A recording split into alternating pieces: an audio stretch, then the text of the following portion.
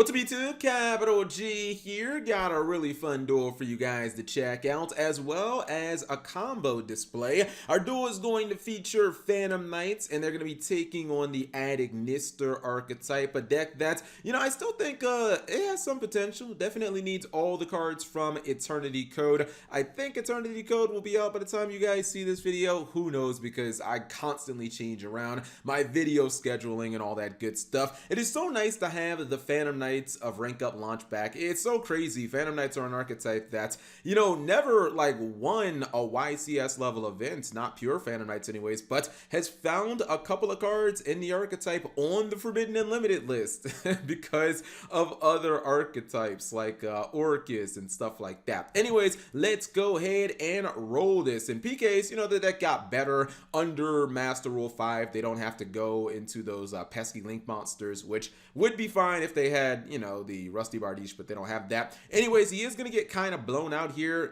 3 face down cards all being set with a Dante, and all 3 of them are subject to destruction by the Lightning Storm. Now, he is going to chain a card, at least using the Claw to add a, I think that's Ancient Cloak back to his hand, so at least he gets that. And it kind of looks like Ad-Ignister are not going to have much opposition here. If you would have set that launch on the field, it just would have been another card to be destroyed. And usually Ad-Ignister, if they're in this position, they can generally win the game. Your Monster Reborn something to, or you special summon something to Dark Templar's Link Point, and then you just get a free Infernity Launcher, get 2 more monsters back from the graveyard, summons that Wind Pegasus Ad-Ignister, and I think he's going to go for the Light Pulsar Dragon, or excuse me, Light Dragon Ad-Ignister.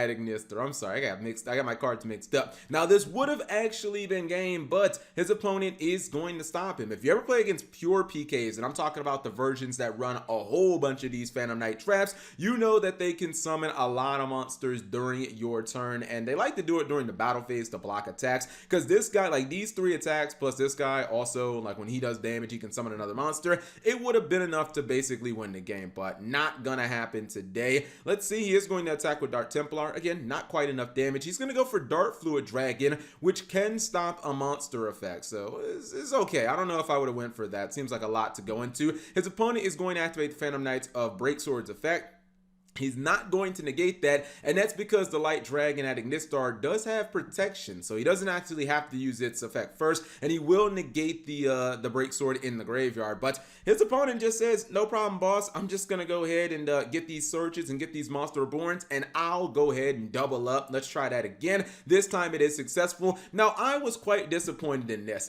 He gets his 2 PKs back from the graveyard, and obviously with the effect of Breaksword, they become level 4s. He does not go for, I really thought he was going to go for Dark Rebellion Exceed Dragon. I thought he'd activate the effect, and then I thought he'd rank it up into Dark Requiem Dragon, and he just doesn't go for that play. He goes for the Time Thief Redoer for some reason. This is why this play is not going to work out. He is going to attack over Light Dragon, but did he forget his opponent has the Wing Pegasus Ad-Ignister in the graveyard? Say bye-bye to Redoer. That card just didn't do anything. See, if you would have had the effect of Dark Requiem, he could have negated that in the damage step. Now, he is going to go for a cheeky play. I've seen this before, and it's a cool play you can do with PKs. You can, take a Phantom Knights of Breaksword, and you can rank that baby up in the Ophion. However, against a link-based archetype, not really going to do anything. I mean, he won't be able to summon another copy of Wing Pegasus Ad-Ignister, but that's basically all he's going to stop here. He is going to be able to go into a monster that can easily get rid of Ophion.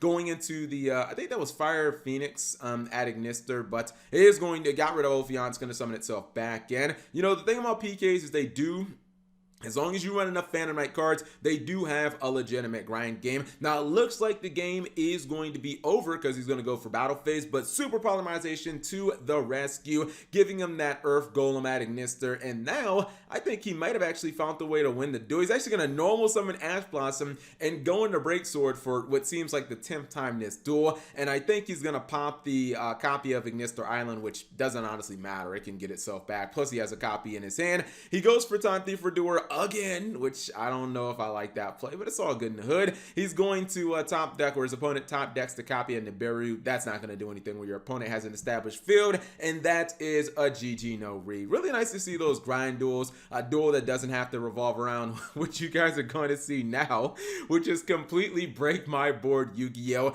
I'm not really going to explain the combo. You guys can obviously watch as it unfolds, but this is kind of like one of the main issues that I knew the Adamancipator archetype was going to have. Remember when I first reviewed this archetype and I said, dude, it's so crazy that there are no restrictions in the archetype. You don't have any, restrictions on synchro summoning or on earth monsters. I thought there would be rock like restrictions. By the way, this was a nice little play here. So the earth hex sealed fusion actually is like one of those fusion substitute type monsters that you can use, and it is a rock, so you can in certain situations use your Adamancipators to summon it on the field for free. And then since this archetype is synchro based and earth attribute, you can go into Neteria Beast or Neteria Barkion, and boom, you can just drop Neteria Exterio, which is obviously better than both of them. Neteria Exterio takes out spells and traps, so you don't have to worry about certain matchups where one card might be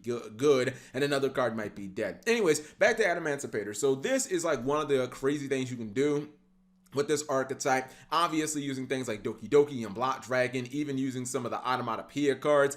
And man, as long as you just have a whole bunch of like earth attribute monsters, you can just go to the ceiling with this stuff. And I really thought that Adamancipator would have been restricted to at least rock type, or if not Adamancipators. But with no restrictions left on the board, I declare GG. Wait, no. With no monsters left on the field, Dark Magician attacks you directly. With no cards on your field, Borosword Dragon, Neteria Exterio, Union Carrier, and Appaloosa Boa the Goddess attacks you directly. GG. GG. Anyways, hopefully you guys enjoyed those short duels. If you did, give the video a thumbs up so YouTube shows this video to anyone who isn't you. Thank you guys for watching. As always, subscribe if you have not already, and turn on that notification bell for daily videos.